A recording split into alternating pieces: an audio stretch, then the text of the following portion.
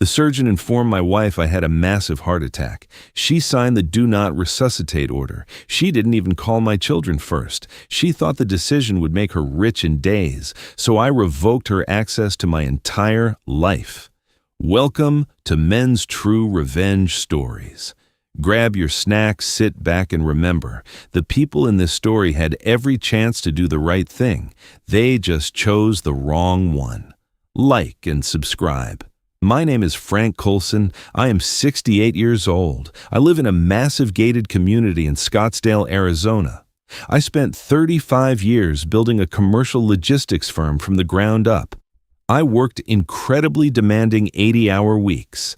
I slept in secondary warehouses. I built a devastatingly efficient corporate empire. I sold the company to a massive venture capital firm located in Chicago. I navigated the complex, grueling capital gain structures. I kept the commercial real estate portfolios.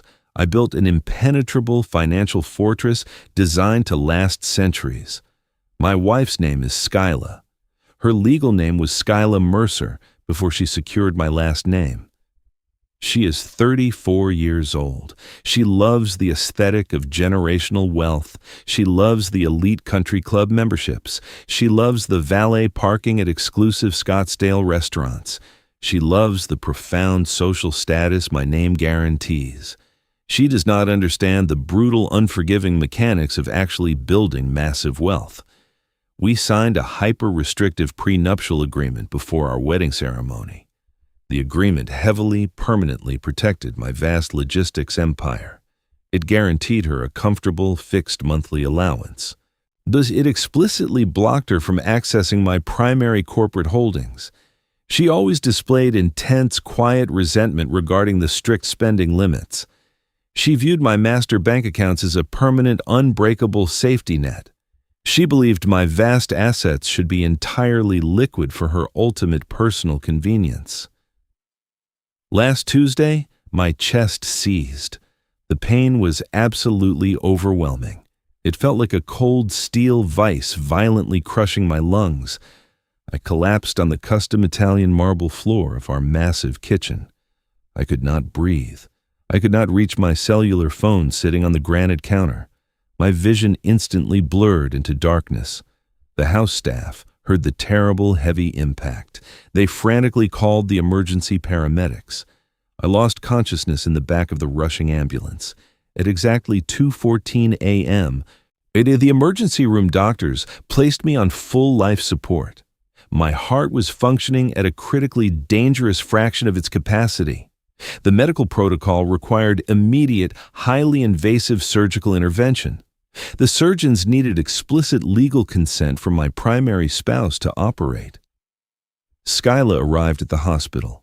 She wore incredibly expensive designer clothes. She carried a $12,000 imported Italian leather handbag. She did not ask the top cardiologists about my immediate survival odds. She did not ask about the complex details of the surgical procedures. She pulled the lead physician into the sterile, isolated hallway. She asked the absolute worst possible question a spouse could ask.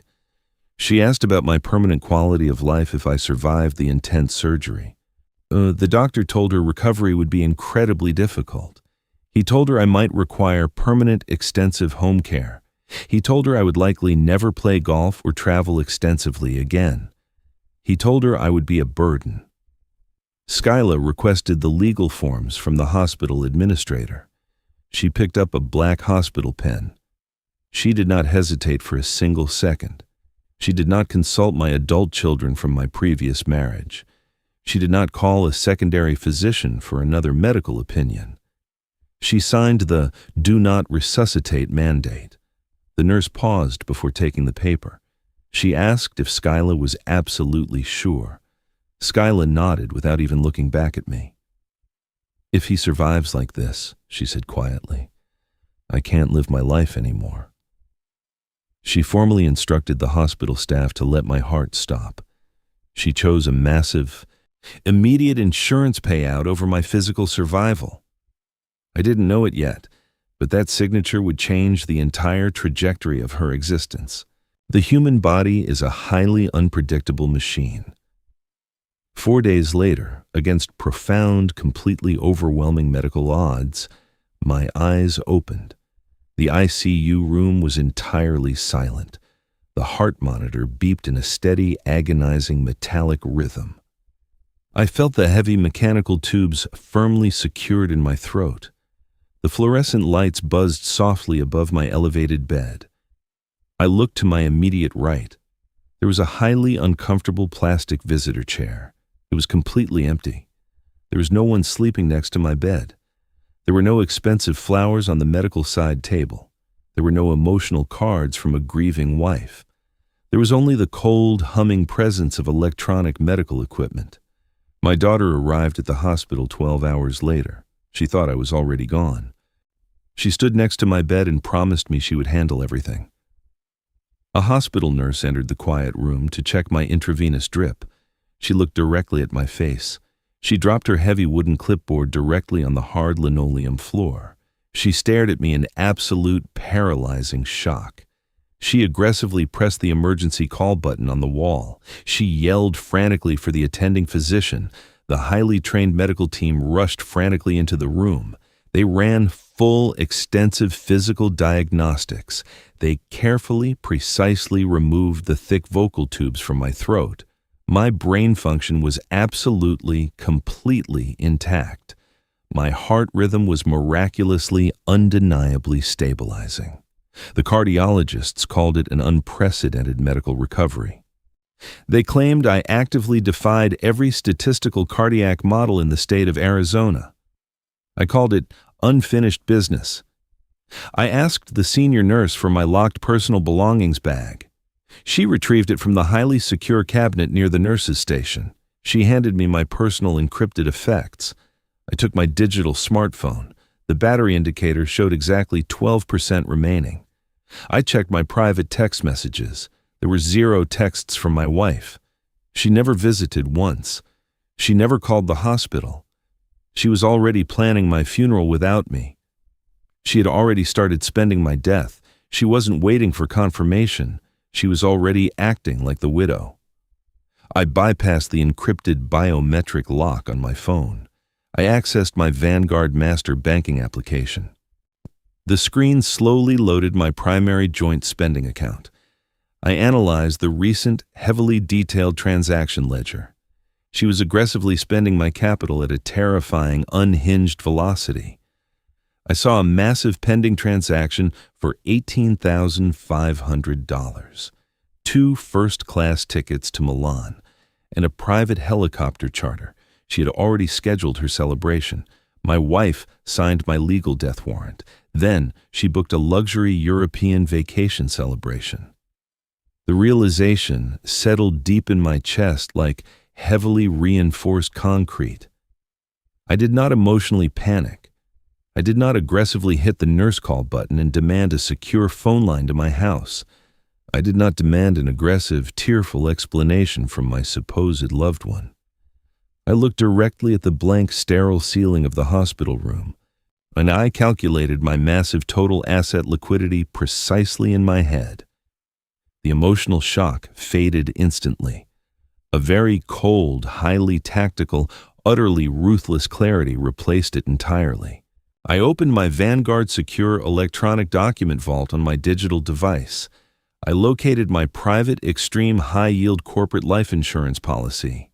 The total payout upon my verified medical death was exactly $2.4 million. Skyla was legally listed as the primary undisputed beneficiary. She was fully, keenly aware of this specific, massive number. We reviewed the highly detailed documents with our elite estate planner exactly 6 months ago. The math operating in her completely shallow, heavily greedy mind was brutally simple. She did not want to manage a slowly recovering old man restricted to a wheelchair. She did not want to radically adapt her luxurious, highly social lifestyle to my strict medical recovery schedules. She wanted the massive liquid cash. She wanted the absolute unencumbered freedom to travel the globe extensively. She signed the legal DNR to violently accelerate the massive financial payout. I placed the cellular phone down on the sterile hospital table. I was entirely medically incapacitated in a hospital bed. My physical mobility was absolute zero. I could not drive my trusted Chevy Malibu to the local Vanguard bank branch to physically lock the massive vaults. I could not walk aggressively into the county court to file an immediate, binding legal injunction. I was physically hooked to 6 different highly complex medical monitors, but I owned an encrypted smartphone, and I possessed absolute, uncontested legal authority over my vast, heavily structured financial empire. My wife strongly believed I was actively dying. She believed the massive transition of wealth was absolutely inevitable. Does she believe the legal system was working flawlessly and silently in her favor? I picked the phone back up. I did not call Skyla to express my intense anger. I dialed an unlisted, highly encrypted number from my private corporate attorney. His name is Arthur Bennett. He is a ruthless, incredibly feared legal architect operating out of Phoenix. He only answers when something irreversible is about to happen. Arthur does not fix problems. He ends them permanently. He structures massive corporate acquisitions for billionaires. He routinely executes hostile, devastating liquidations without a single shred of human empathy. The phone rang exactly twice. Arthur answered immediately. "Frank," Arthur said deeply, "the hospital administrator informed my office you were actively on life support with zero brain activity." I woke up. Arthur," I stated coldly. The heavy silence on the secured line was profound. The highly tactical legal gears in his brilliant mind began rapidly turning. "What exact protocols do we need to execute right now?" Arthur asked. He did not safely waste his valuable time with emotional pleasantries. He actively recognized the absolute titanium steel in my tone. "We need to execute a total irreversible asset isolation protocol," I replied. "Detail the primary hostile action," Arthur commanded. "Skyla signed my DNR without secondary medical or familial consultation," I told him. "She booked a luxury European vacation to Milan. She is actively waiting for the $2.4 million insurance payout to clear the federal wait period. She is aggressively liquidating the secondary joint accounts while I am physically trapped in the ICU." "Understood completely," Arthur said. "I am opening your primary master trust file right now on my secure terminal." I could hear the heavy keys on his mechanical keyboard hitting hard. "What is the exact comprehensive scope of the financial freeze?" Arthur asked. "I am legally revoking her permanent foundational power of attorney," I instructed. "I want her legal name completely irreversibly stripped from the master Vanguard ledger. Freeze the primary and secondary joint accounts immediately. Initiate a hard lock on the routing numbers. Do not notify her of any account changes via automated email." "The revocation is fully drafted," Arthur confirmed rapidly. "I will courier the heavy legal documents directly to your ICU bed for a physical signature within the hour." "What about the massive life insurance policy?" I asked. "As the primary living policy holder, you retain sole uncontested authority to modify the beneficiary status prior to actual certification of death," Arthur explained. "We will transfer the entire $2.4 million designation directly into an irrevocable, heavily protected charitable trust. We will formally designate a local animal rescue foundation operating in Scottsdale. We will establish a secondary massive scholarship fund for underprivileged civil engineering students. Skyla will receive absolutely $0, 0 cents upon your actual passing." I nodded slowly, staring intensely at the blank hospital wall. "Execute it flawlessly," I said. The primary legal traps were successfully armed and buried. I did not stop there. I needed absolute comprehensive forensic control of her ongoing physical movements. "Arthur," I added, "deploy your elite private investigation firm. I want a complete..." our hour-by-hour audit of her physical actions outside the hospital. I want her digital footprint monitored. I want a deep background check on any external communications. Consider it done, Arthur stated. My tactical team will heavily monitor the massive Scottsdale estate. I severed the secure connection. I opened my external, highly advanced camera application. I accessed the restricted, heavily encrypted security feeds for my massive Scottsdale property. I checked the climate-controlled garage camera. My vintage automobiles were still perfectly parked inside. I checked the master bedroom camera. Skyla was actively, aggressively packing massive designer suitcases. She was taking my extremely expensive luxury watches from my private heavy oak drawer. She placed a $40,000 platinum Rolex directly into her travel bag. She wrapped my late mother's massive diamond necklace carefully in soft tissue paper. She was stealing highly valuable, untraceable physical assets to secretly fund her immediate lavish lifestyle. She falsely assumed the estate lawyers would completely overlook missing jewelry during the chaotic probate process. She walked directly to her ringing phone. The security camera picked up the crisp audio. She was talking to her younger brother, Kevin. Kevin was a chronically unemployed, highly manipulative degenerate. Skyla explicitly instructed Kevin to access a secondary corporate shell account listed under his name. She instructed him to wire $85,000 to an offshore account. She was using her own brother to commit massive federal wire fraud across international lines. She was building a massive, yet highly illegal exit strategy using my stolen capital. That was the moment I understood this was no longer betrayal. It was a coordinated exit strategy. I checked my phone battery. It was at a critically low 4%. I calmly plugged the device into the hospital wall charger. I closed my eyes. I needed my physical strength rapidly restored. The financial demolition was only the first preliminary step. The true confrontation required maximum tactical stamina. 2 grueling, incredibly long days passed. I remained locked in the sterile ICU. Arthur's armed courier arrived with the massive legal binder. I carefully read every single line. I signed the heavy legal documents with absolute precision. The irrevocable charity trust was perfectly secure. The life insurance was fully transferred out of her reach. The major bank accounts were entirely, permanently frozen. On the 3rd late afternoon, Arthur called me on the encrypted line. He possessed the heavily detailed preliminary report from the private investigators. "Frank," Arthur began cleanly, "she is drastically escalating her illegal asset liquidation." "Specify the exact movements," I demanded.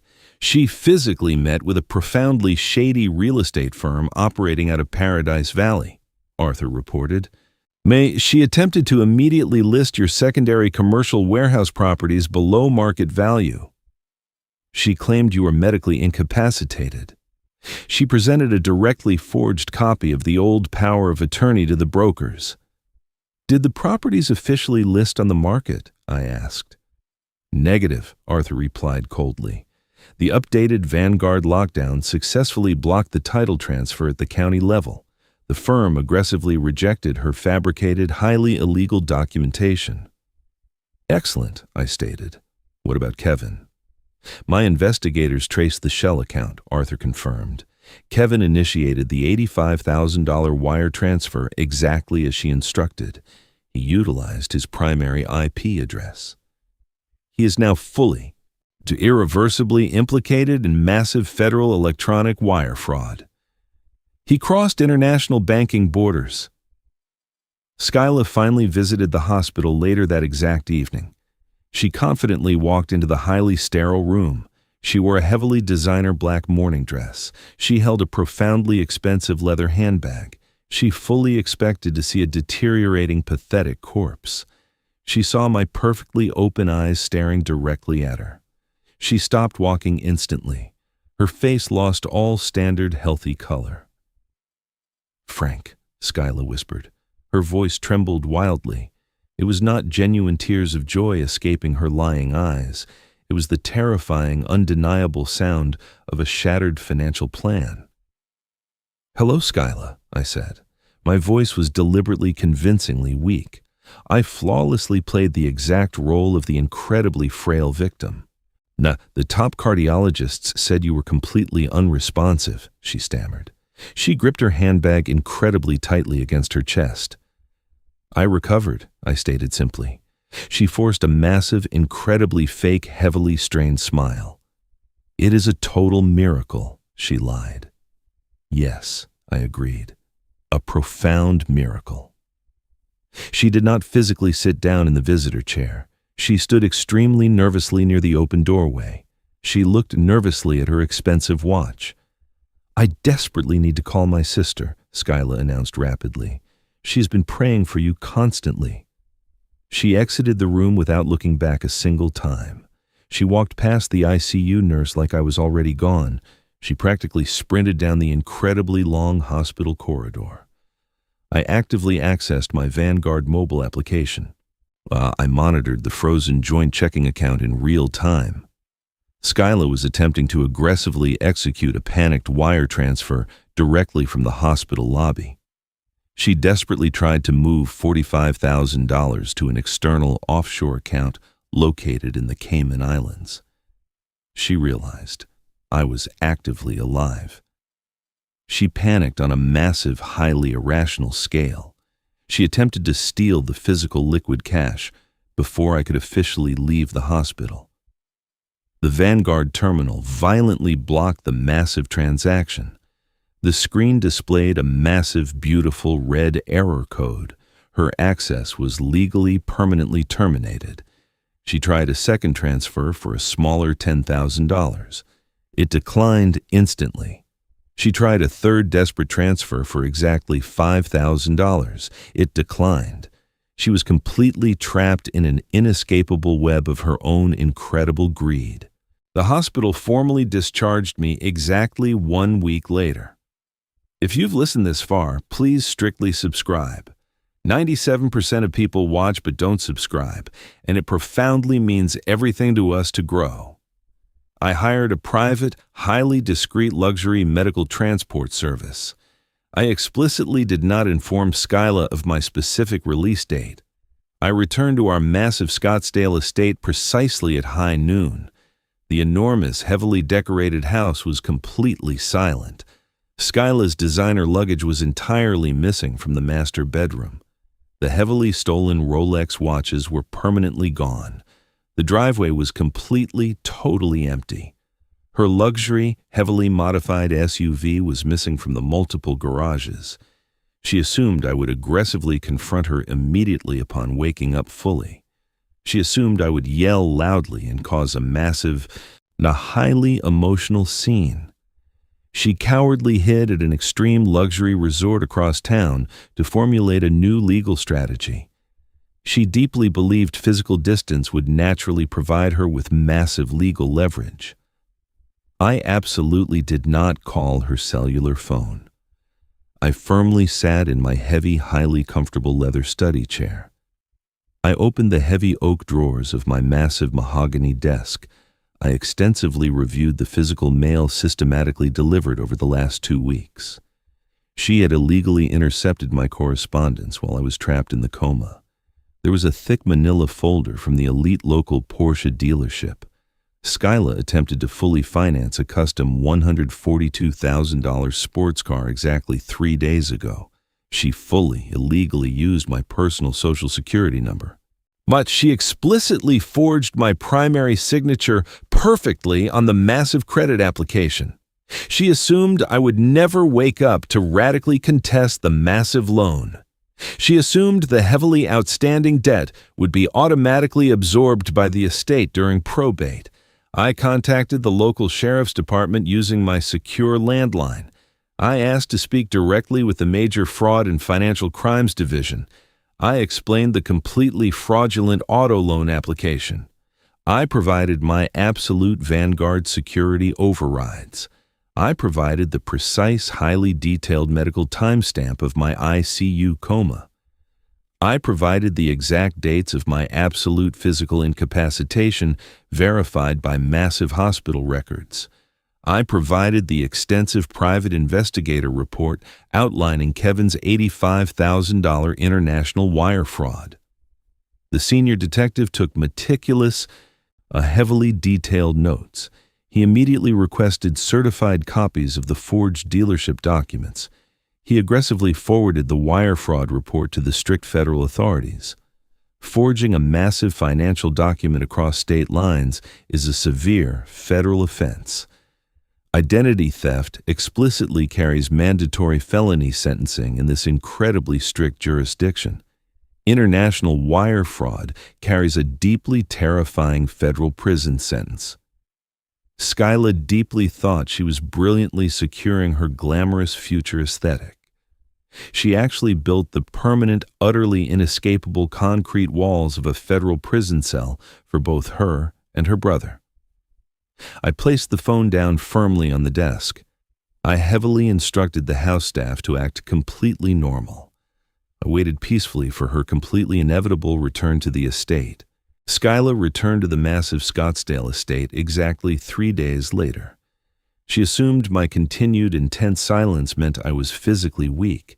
She assumed the permanently frozen Vanguard account was a highly temporary, incredibly annoying bank error. She believed she could absolutely manipulate my incredibly fragile medical state. She deeply thought she could easily gaslight me into unlocking the heavily restricted vaults. She confidently walked through the massive, heavy front doors. She carried shopping bags from high-end, heavily overpriced boutiques. She tried to aggressively project absolute, unwavering confidence. I sat prominently in the main living room. I wore an impeccably tailored dark charcoal suit. I explicitly did not wear comfortable medical recovery clothing. I looked exactly like the ruthless, the highly dangerous corporate CEO she married. I held a single incredibly thick cream envelope in my right hand. I held a highly detailed, heavily notarized blue folder in my left hand. "Frank," Skyla said. She adopted a sweet, incredibly fake, extremely high-pitched emotional tone. "I was so intensely worried about your recovery. I went to get you some expensive organic health supplements from the luxury market down the street." "Sit down, Skyla," I heavily commanded. She immediately stopped smiling.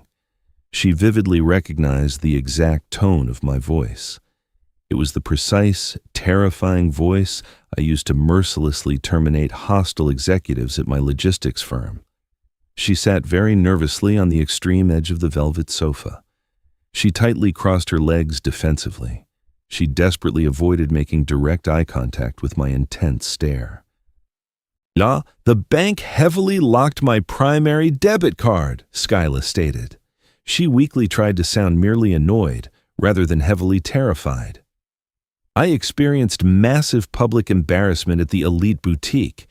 You desperately need to call the manager right now and fix the security lock." The teller firmly said my access was totally revoked. I absolutely did not answer her ridiculous, heavily fake complaint. I placed the massive cream envelope on the expensive glass coffee table. I pushed it slowly, deliberately toward her. "Open it completely," I instructed. She deeply hesitated. Her manicured fingers greedily grabbed the thick paper. She broke the heavy red wax seal. Skyla extracted the massive, heavy stack of dense legal documents. The primary first page was the formal Vanguard Trust Revocation Notice. The secondary page was the American Express Black Card Total, Irreversible Cancellation Confirmation. The third massive page was the irrevocable charity transfer of the massive $2.4 million life insurance policy. The fourth detailed page was a heavily comprehensive summary of her utterly failed offshore transfer attempts. She stared intensely, rapidly at the massive numbers. She frantically read the dense, highly unforgiving legal jargon. Her eyes violently widened in absolute, utterly unmistakable horror. "What is this entirely about?" Skyla demanded aggressively. Her voice elevated highly. She completely lost her fake, heavily manufactured composure. That is the absolute, a highly documented end of your financial funding trajectory, I stated coldly. Your legal name is legally, permanently severed from my entire massive investment portfolio. You absolutely cannot illegally do this to me, she screamed loudly. I am your profoundly legal wife. I am legally entitled to half of this massive estate. I vividly know the state divorce laws. You eagerly signed the Do Not Resuscitate order, I replied heavily. I did not actively raise my voice a single decibel. I did not naturally show a single ounce of human emotion. The medical hospital records absolutely confirm it. You explicitly requested my death for a massive $2.4 million payout. I woke up. I completely, ruthlessly removed the payout completely. You tried to bury me early, so I buried your future first. She stood up violently from the expensive sofa. I will aggressively sue you in county court, she shrieked hysterically. I will rapidly hire the most aggressive, incredibly dangerous divorce attorney in the entire state of Arizona. I will completely strip you of your massive commercial real estate. You have absolutely zero explicit proof of my primary intentions. I reached calmly, perfectly into my tailored suit pocket. I pulled out a second, extremely heavy legal document. It was a heavily notarized copy of the completely fraudulent Porsche auto loan. It vividly included a time-stamped signature directly from the local Scottsdale dealership. It deeply included the highly detailed private investigator report of her visiting the incredibly shady real estate firm. I dropped the entire stack aggressively on top of the cream envelope. You directly forged my primary signature on a $142,000 credit application while I was actively dying heavily in the ICU, I explained very calmly. The dealership timestamps brilliantly match my exact medically verified coma duration perfectly. Her jaw physically dropped heavily. She rapidly looked closely at the profoundly forged signature on the official white paper. I placed the blue legal folder on the glass table. This is an incredibly detailed federal investigation report, I stated softly. Your unemployed brother, Kevin, was successfully initiated an $85,000 international bank wire to the Cayman Islands using a highly illegal shell corporation. My private investigators explicitly recorded you directly instructing him to execute the massive felony. He is currently deeply under intense federal indictment. The blood completely, brutally drained from her horrified face. The profound, entirely inescapable reality completely crushed her entirely. She vividly realized the heavy divorce court threat was utterly, completely irrelevant. She was rapidly facing formal, incredibly severe federal criminal prosecution. She explicitly could not afford a highly competent defense lawyer. I had completely frozen every single liquid bank account she possessed access to. The deeply stolen Rolex watches would absolutely not cover the massive, incredibly heavy legal defense retainers for both her and Kevin. Frank, Skyla profoundly whispered. Her highly aggressive, heavily entitled posture completely vanished. She dropped heavily, painfully to her bare knees on the incredibly expensive marble floor. Please, oh God, she begged profusely. Massive tears absolutely ruined her incredibly expensive designer makeup. She crawled incredibly pathetically toward my large leather chair. I was so deeply scared. I made an incredibly terrible mistake. I deeply thought I was constantly losing you. I'm heavily terrified for Kevin. Please, violently withdraw the harsh police report. A heavy sheriff's cruiser pulled massively into the large circular driveway. The bright red and cool blue emergency lights illuminated the massive front living room windows. The heavy diesel engine idled incredibly aggressively outside the stone portico. I absolutely do not negotiate with hostile, profoundly fraudulent liabilities, I stated blankly. The very heavy front doorbell rang incredibly loudly. Skyla looked desperately, intensely at the massive solid oak front doors. She rapidly looked back intensely at me. Pure, unadulterated terror totally consumed her completely hollow eyes. She finally, brutally realized the massive game was entirely, completely over. "You are a total, highly calculated monster," Skyla hissed violently. "I am a brilliant logistician," I explicitly corrected her. "You violently attempted to illegally liquidate my total existence. I highly simply audited your incredibly fraudulent, completely massive ledger." I securely pressed a digital button on my expensive smartwatch.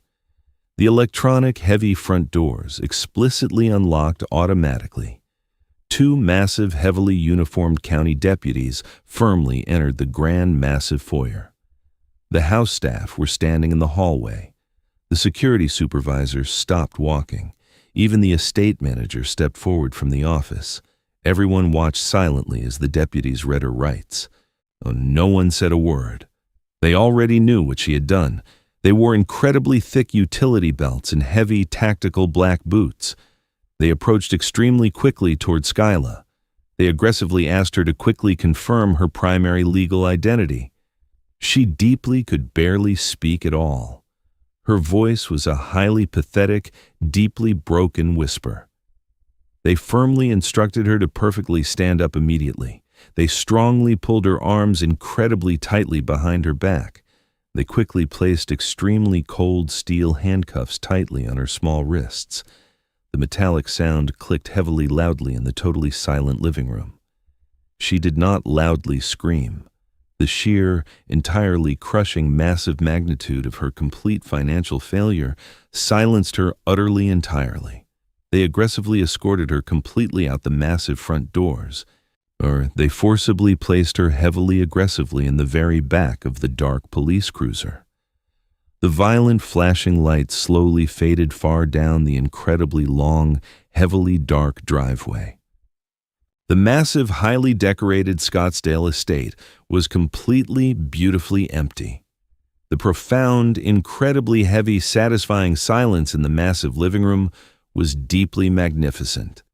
The incredibly massive $2.4 million insurance policy was permanently, incredibly legally secured.